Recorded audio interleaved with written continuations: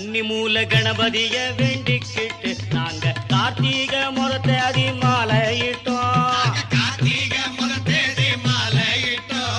கன்னி மூல கணபதிய வேண்டிக்கிட்டு நாங்க கார்த்திகை முறத்தேதி